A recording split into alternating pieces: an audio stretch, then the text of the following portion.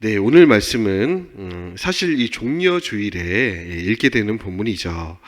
이제 곧 성탄절인데 그 예수님의 사역을 묵상하는 중에 이 본문을 통해 여러분과 은혜를 나누고자 합니다. 예수님께서 이 공생의 이 마지막 주간 어린 나귀를 타시고 그 예루살렘으로 입성하십니다.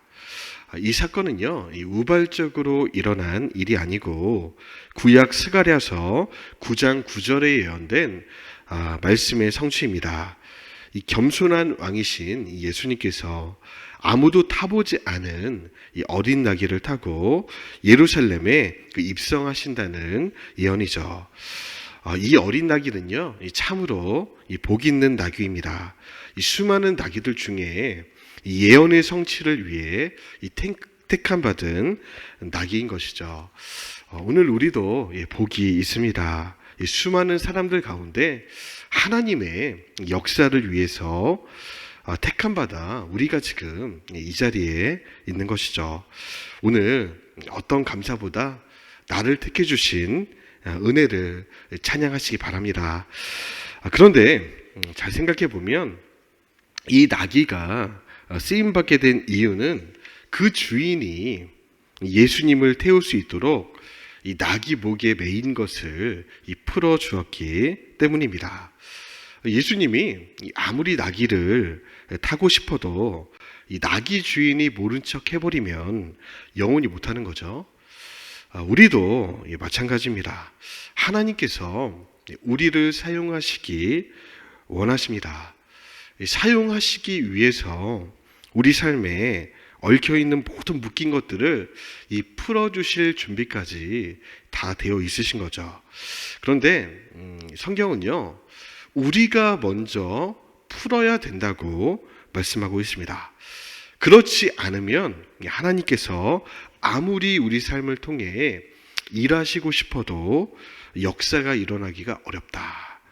여러분, 마태복음 16장 19절에서 예수님이 베드로에게 하신 우리 교회들을 향해 하신 약속이 있습니다. 제가 쉬운 번역 성경으로 읽어드리면요, 잘 아시는 말씀인데요. 내가 내게 하늘나라의 열쇠를 줄 것이다. 무엇이든지 내가 땅에서 잠그면 하늘에서도 잠겨 있을 것이요, 무엇이든지 내가 땅에서 열면 하늘에서도 열려 있을 것이다. 이 말씀 잘 아시죠? 예수님께서 베드로에게 천국 열쇠는 나한테만 있다. 내가 풀어줄 때까지 기다려라. 하신 것이 아니고요.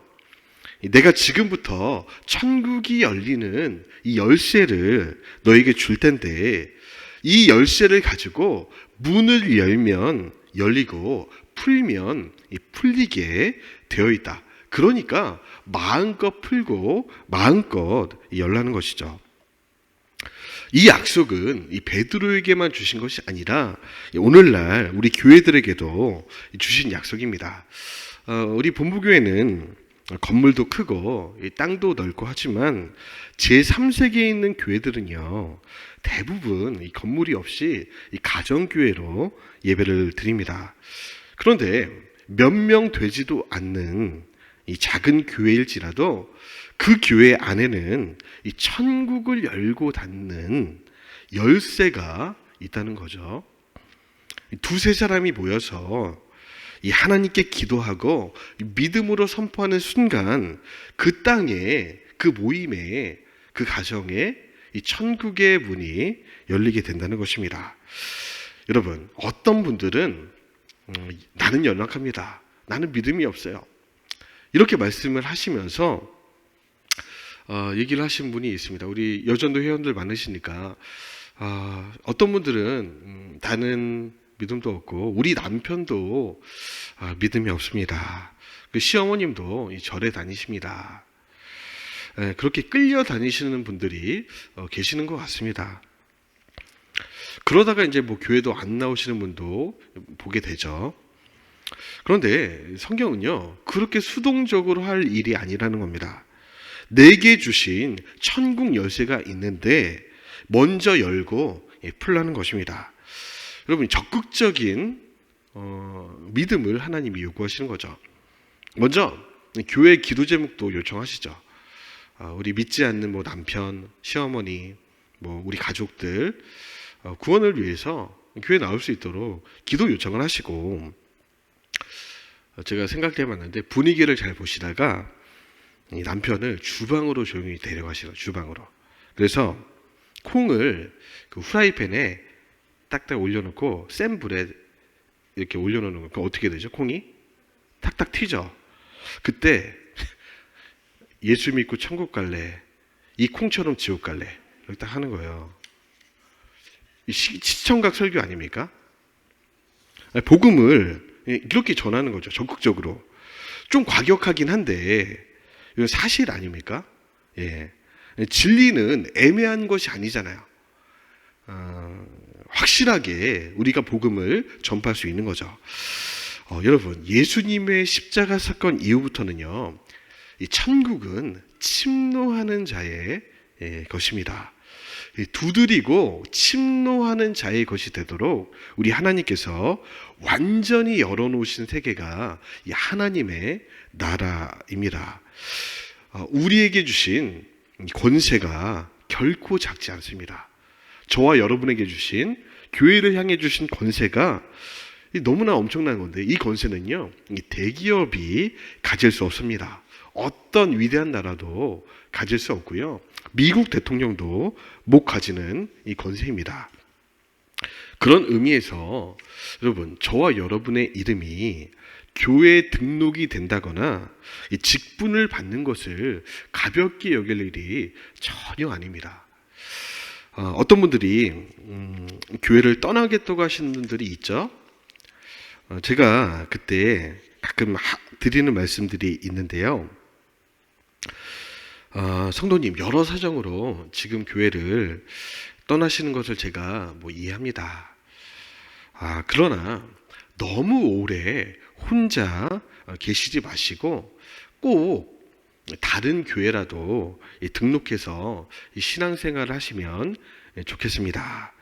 저는 꼭 이렇게 말씀을 드립니다. 왜냐하면 우리가 교회를 떠나는 순간, 여러분, 교회에게 주신 권세와 능력도 함께 떠난다는 거예요.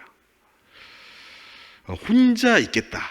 나는 혼자서 사람도 보기 싫고 혼자서 신앙생활 하겠다 라는 얘기는 마귀의 밥이 되겠다. 똑같은 얘기입니다. 예. 이 땅의 교회들이 얼마나 부족합니까? 목사님들도 부족하고, 저도 말할 수 없이 부족하고, 직분자들도 부족하죠. 그런데 이렇게 부족한 교회라도 붙어 있어야 된다는 거예요. 그 안에만 이 천국의 권세가 있기 때문입니다. 오늘 우리가 중보 기도회로 모였는데, 이 일 자체가 보통 일이 아닙니다. 보통 사건이 아니에요. 지금 세계는요, 올림픽을 유치하겠다, 혹은 엑스포를 유치하겠다, 지금 이렇게 모임들이 많지 않습니까? 그런데 하나님은요, 그러한 모임 자체에 관심이 하나도 없으시다는 거예요. 전혀 관심을 갖고 계시지 않습니다. 하나님이 관심을 가진 유일한 장소는 바로 여기예요. 지금 두세 사람이 모인, 그리고 예수님의 이름으로 기도하고 말씀을 보려고 모인 바로 이 모임, 중보 기도회에 하나님이 관심이 있으시다는 거죠. 여러분, 제가 믿기로는 지금 하늘에서는 이 수요 중보 기도회가 생중계되고 있습니다. 하나님이 가운데 딱 서시고 TV 화면에 우리의 기도 모임이 상영이 되는 거죠. 하나님이 천군천사 불러놓고 딱 말씀하시는 거예요. 자, 지금 저 성도가 어떤 기도를 하는지 잘 듣고 메모하도록 해라. 그리고 저 성도가 기도하는 것 열쇠로 문을 열고 있으니까 열쇠를 돌리는 즉시 실행하도록 해라. 하나님이 전 그러고 계실 거라고 생각하고 있습니다. 여러분, 요한계시록 8장에 보면 천사들이 금향로에 향을 가득 채우거든요. 요한이 그런 환상을 봅니다. 이 하나님 보좌 주변에 있는 환상을 보는데, 이 천사들이 막 금향로에 뭐 많은 양의 향을 막 담고 있는데 하나님이 거기 향만 담지 말고 성도들의 기도를 담으라고 합니다. 그래서 그 기도가 향과 이렇게 섞입니다. 그래서 하나님의 보좌로 쭉 올라가는 거예요. 그런 환상을 요한이 봅니다. 그래서 저는 지금 우리가 올려드리는 모든 말과 기도를 하나님이 귀 기울이고 계시고 하나님의 마음팍에 새기고 계시다. 저는 그렇게 믿고 있습니다. 그리고 네가 열쇠로 열고 있으니까 내가 반드시 열어줄 거다. 그렇게 마음에 새기고 계신다는 것입니다. 아멘이시죠? 우리 좌우 앞뒤 사람과 인사했으면 좋겠습니다. 열면 열립니다. 예, 한 번 더 풀면 풀립니다. 네, 그런 믿음으로 우리가 기도하는 거죠. 또 오늘 말씀에 보시면요, 수많은 군중들이 낙이 타고 입성하는 예수님을 보고 호산나 다윗의 자손이여 하면서 환호합니다.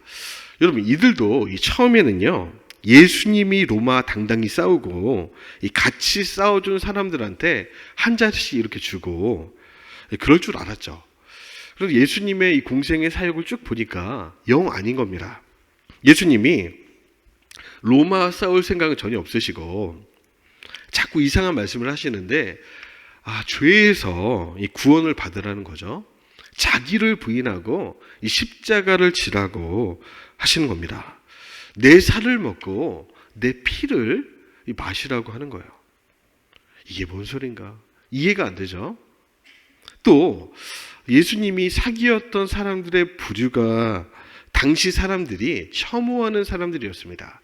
뭐 한센병자, 세리, 창녀 이런 사람들하고만 하나님이 어울리시면서 그들의 집에서 잠도 주무시고 그들과 식사를 하시고 막 그러시는 거예요. 그러니까 예수님이 볼 때, 그들이 볼 때 예수님은 전혀 그들이 기대했던 메시아의 모습이 아니었습니다.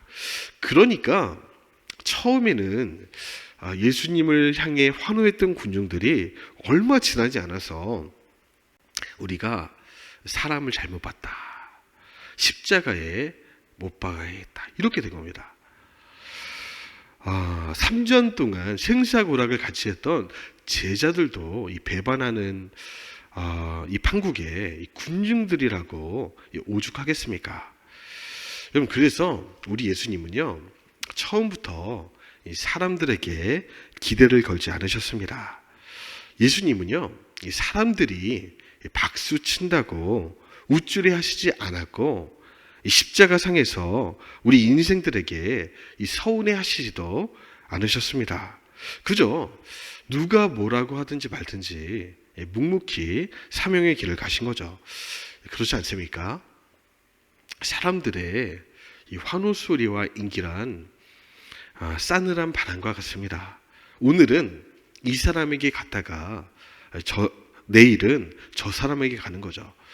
여러분, 1년 전에 인기 있었던 우리 아이들 좋아하는 그룹들 올해도 인기가 있는 그룹 많이 없잖아요. 한 몇 년 전 제가 기억하는 걸그룹은 블랙핑크, 또 뭐 있습니까? 지금 블랙핑크도 지나갔어요. 지금 누가 인기인지 아세요? 뉴진스, 그치? 또 누구예요? 아이브. 예. 이제 제가 볼 때는 내년에는 또 바뀝니다. 예. 그래서 여러분, 연예인들 왜 마약을 하는 줄 아세요? 그래서 마약을 하는 겁니다.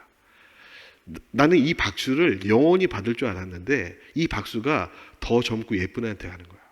그래서 이 연예계가 말도 못합니다. 예, 그 일하는 분들의 얘기를 들어보면 공황 장애는 기본이고, 그래서 자녀들 연예인 시키겠다 절대 하지 마시기 바랍니다. 예, 아무리 예쁘고 아무리 잘생겨도 그게 인생이 할 만한 일이 아닌 것 같아요. 예수님도 그래서 처음부터 아예 신경을 끄신 겁니다. 여러분, 오스 기니스라고 하는 신학자가 쓴 이 소명이라는 책이 있는데요. 이 책에서 이 저자가 그리스도인의 소명이란 뭐냐, 이렇게 뭐 글을 쭉 쓰셨는데 제 마음에 와닿았던 한 구절이 있어요. 이 소명이란 뭐냐? 소명. 이 소명이란 우리 인생의 연극 무대에 유일한 청중이신 하나님 앞에서만 연기하는 것이다. 멋있죠? 한 번 더. 이해가 되셨나요? 소명이란 우리 인생의 연극 무대에 유일한 청중이신 하나님 앞에서만 연기하는 것이다. 연극 무대에 수많은 사람이 있는 게 아니고 예수님이 딱 한 분만 우리의 인생을, 이 연극을 바라봐주고 계시다는 겁니다. 그러니까 유일한 청중이신 하나님 앞에 우리의 삶을 살아드리는 것이다. 사랑하는 여러분, 우리의 인생 끝에서 유일한 청중이신 하나님의 박수를 받으시는 저와 여러분 될 수 있기를 간절히 소망합니다. 그렇게 지금부터 마음을 잡으세요. 나는 하나님께 박수 받겠다. 어떤 사람들은 자신의 인생을 타인의 관점에서 정의합니다. 이 타인들의 인정과 이 박수 소리를 받기 위해 모든 인생을 허망하게 불태워 버리는 것이죠. 우리 그리스도인들은 진짜로 이렇게 살면 안 됩니다. 인기와 명예를 위해 적당히 죄와 타협하고, 내가 예수 믿는 것을 이 직장에서 아무도 모른다. 야, 잘 숨겼다. 숨기기도 힘든데 내가 5년 동안 일했는데 내가 그리스도인 걸 아무도 몰랐다. 승리했다. 뭐 이런 분도 되게 많은 거죠. 근데 절대로 그렇게 살면 안 된다는 거예요. 용기 있는 그리스도인이 되어야 합니다. 그런데 그리스도인의 진짜 용기는요, 모든 사람들이 박수쳐도 하나님이 아니라고 하시면 안 하는 것, 이것이 진짜 용기입니다. 반대로 말씀드리면 사람들이 모두가 다 반대해도 또 비난해도 하나님이 옳다고 하시면 이 하는 것, 그것이 진짜 그리스도인의 용기라는 거예요. 제가 보니까 어떤 분들은 신앙생활을 오래 하셨는데 자신의 신앙을 내가 결정하지 않고 늘 다른 사람한테 묻는 분이 계세요. 예를 들면 뭐 오늘 중보기도 예를 들면 뭐 누구야 오늘 중보기도에 갈 거야? 아니 나 오늘 못 가고 안 가는데 이러면은 그래? 그럼 나도 안 가야겠다. 아니 이런 분 있죠. 있을 거라고 좀 봅니다. 아니 네가 안 가는 거랑 내가 가는 거 무슨 관계가 있습니까? 근데 콕 물어봐요. 그냥 내가 하나님 앞에 갈 수 있으면 가는 거고 또 일이 있으면 못 오고 이런 거지, 누구한테 물어보고 너 가면은 내가 가고 너 안 가면 내가 안 간다. 이 중에 안 계시죠? 이렇게 하면 안 된다는 거예요. 예. 한 명이 나오더라도 하나님이 그냥 오라고 하시면 나는 가겠다. 이게 용기 있는 그리스도인, 하나님 앞에선 그리스도인이죠. 신앙은 하나님 앞에서 스스로 선택하고 결단하는 것입니다. 그렇게 기도하시는 중에 말씀으로 응답을 주시면 누구랑 상의할 것 없이 순종하면 되는 것, 그것이 우리 신앙의 자세죠. 저는 믿음의 1세대입니다. 저희 부모님이 안 믿으셨어요. 제가 중학교 때 친구의 전도를 받아서 교회를 갔는데 너무 좋았습니다. 교회에서 전 하나님 만났죠. 그래서 저는 그때부터 상의를 한 적이 없습니다. 내가 하나님을 믿고 그리스도인 됐다, 내가 확신이 선 순간부터는 부모님의 말씀을 듣지 않았습니다. 부모님 말씀 들어야 되는 거 아니에요? 뭐 잘 들었죠. 근데 신앙에 관련해서는 전혀 듣지 않았어요. 제사가 있잖아요, 집에. 제사를 우리 장남이거든요, 우리 아버지가. 절합니까, 안 합니까? 다 온 남매가 한 30명이 모여서 제사하는데 저 혼자 믿고 있으면 제가 어떻게 했을까요? 뭐 자랑이 아니고 절하면 안 되겠다는 생각이 드니까 나 혼자 안 했습니다. 어떤 일이 일어났을까요? 난리가 났죠. 예. 그래도 안 했어요. 한 번 안 하니까 그 다음부터는 하라는 얘기를 안 합니다. 한 번 큰 사단이 나고 나서 우리 고모들도 이모들도 다 포기했어요. 중학생밖에 안 됐는데 내가 하나님을 믿고 나서 확신이 드니까 안 해야 될 걸 안 하게 되더라고요. 그래서 여러분, 제가 그때 아이고 뭐 좋은 게 좋은 거다 했으면 지금 우리 어머니 권세가 되셨거든요. 전도를 해가지고 내가 그때 야 좋은 게 좋은 거다 했으면 우리 가정의 미래는 없는 겁니다. 그 딱 한 번이 중요한 거예요. 제가 신학교 갈 때 다 미쳤다고 했거든요. 아니 너 잘했다, 괜찮다, 박수 친다 한 명도 없었어요. 내가 한 명이라도 있었으면은 이게 그런데 정말 한 명도 없었습니다. 그런데 너무나 확신이 뚜렷해서 내가 고등학교 때 하나님께 약속한 게 있으니까 난 가겠다 했는데 모두가 반대, 100% 반대, 완벽한 반대. 나가라. 그런데도 했습니다. 여러분도 누구와 상의하지 마시고 하나님이 하라면 하시기 바랍니다. 그게 진짜 그리스도인이에요.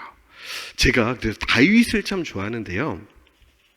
어떤 점이 좋냐면 이분은 신앙적 결단을 할 때 사람하고 상의를 안 합니다. 사울이요, 여러분 다윗을 잡아 죽이려고 이 군대를 끌고 오잖아요. 근데 하루는 다윗 무리가 숨어 있는 엔게디 광야의 동굴에 들어온 겁니다. 이 용변이 너무 급해서 사울이 그냥 이게 혈혈단신으로 딱 동굴에 들어가서 용변을 보는 거죠. 아무것도 모르고.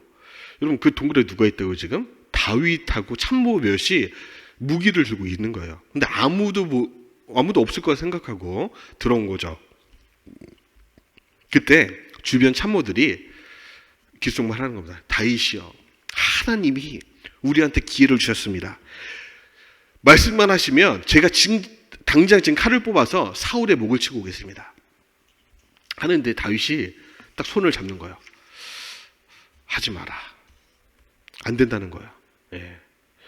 저 같았으면, 여러분 같았으면 어떻게 해요? 감사기도 일단 드리고 칼 가져와라. 저 같으면은 당장 가서 목을 뱄을 텐데 다윗은요 참으라는 겁니다. 그러니까 이유가 뭔지 아세요? 이유가 딱 한 가지. 하나님이 사울을 죽이지 말라고 하셨다. 이유는 다른 아무 이유가 없고 하나님이 하지 말라고 하셨다. 그 이유 하나로 그 완벽한 기회를 버려버립니다. 왜 이렇게 했냐? 다윗이 쫓겨 다니는 와중에 광야에서 여러분 별들을 바라보면서 하나님의 그 음성을 늘 듣는 거예요. 그래서 여러분 그 음성을 들은 내용, 기도와 찬양이 시편 아닙니까? 다윗의 시편. 그때 이런 응답을 들은 것 같아요. 다윗아, 너 힘들지? 많이 힘들죠. 이 광야에서 지금 미래도 안 보이고. 근데 있잖아, 너 사울 어떻게 하고 싶지? 그런 마음이 있죠. 그런데 내가 기름 부은 왕이거든. 너 사울 죽일 기회가 와도 절대로 네 손으로는 죽이지 마라. 하나님의 세밀한 음성을 들은 겁니다. 그래서 기회가 딱 왔을 때 주변 사람들 모두는 다 죽이라고 하는데 다윗은 그 하나님의 음성 하나 붙들고 죽이지 않은 거예요. 여러분, 이게 쉬운 것 같은데 상황을 한번 생각해 보세요. 다윗은요 사울을 죽이지 않았을 때 자신의 목숨을 건 겁니다. 지금 사울을 죽이지 않으면요 부하들의 손에 먼저 죽을 수도 있어요. 아니 생각해 보세요. 다윗의 군대는요 이 사울 때문에 지금 이 광야를 몇십 년, 10년째 막 돌아다니고 있습니다.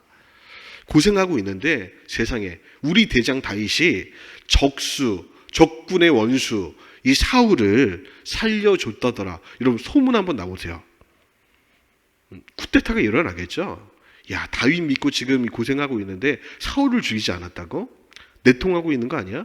뭐 이런 소문 들리면 다윗의 입지가 흔들립니다. 그런데 다윗은요 그 모든 리스크를 껴안고 하나님께 순종하기로 결단을 한 겁니다.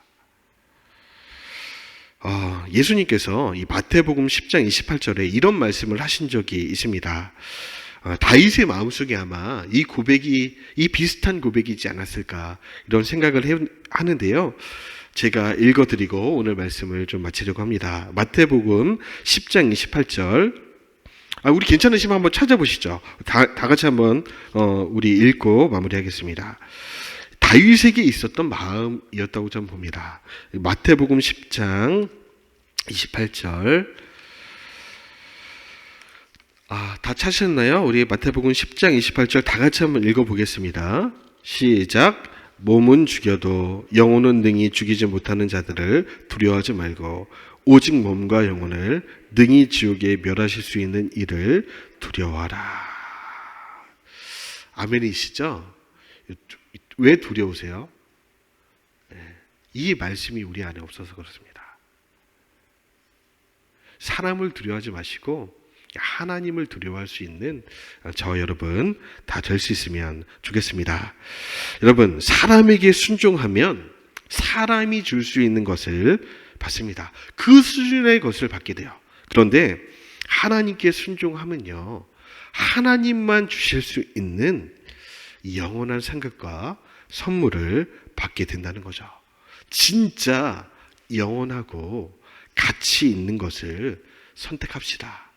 그 사람이 참된 지혜자입니다.